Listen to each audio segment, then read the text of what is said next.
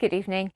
Let's start this look at the world weather across in the USA, where in the west we've got a late winter storm, so we're concerned about snow for some parts of Sierra Nevada, in California as well. But it's not just snow, we could have a foot of that in the next 48 hours, but soaking rains as well onto very dry ground. So for parts of California, the desert states where we've had little rain, there could be some flash flooding. It links in with this system further east as well, running through central and southern plains, bringing with it the risk of severe thunderstorms and isolated tornadoes, because you've got very warm, moist air coming off the Gulf of Mexico and really cold Canadian Arctic air coming southwards.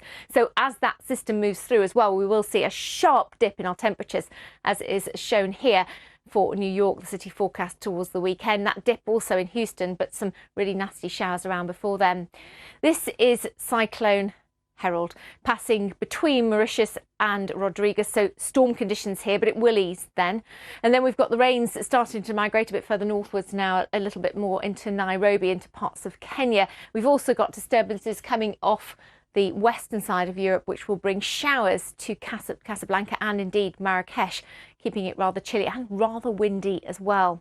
So this is the remains of Cyclone Gretel as well, which brought severe gales to parts of New Zealand, easing away, and then we're watching weather fronts coming in from the south here actually, and those will start to unleash some showers. We've also got weather fronts rounding the Australian Bight, so bringing more rains and showers to Tasmania, Victoria, possibly parts of New South Wales. We will hopefully see the monsoon setting up back in northern areas as well in the coming few days. But you can see for Melbourne a dip in temperature as that weather front moves through, for Sydney as well. The showers then get going later in the week again in Auckland, and a very unsettled picture for Wellington. Lots of rain due for the South Island.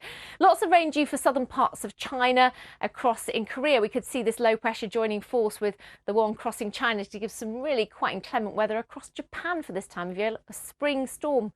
We've got high pressure in charge for a lot of Europe, but we've also had some very wet weather across parts of Spain. Still strong winds into Wednesday, the Levant wind across the Straits of Gibraltar, and another low pressure will sink southwards, so more unsettled weather towards the weekend. Stays unsettled as well across the eastern side, particularly for Turkey into Levant, but high pressure will give some spring sunshine elsewhere. But behind our weather system in the north, it is set to turn colder.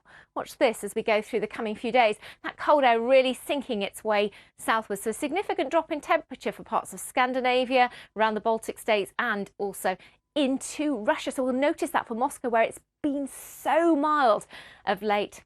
But we can still see that unsettled weather in Ankara for the next day or two. It turns more unsettled in Moscow.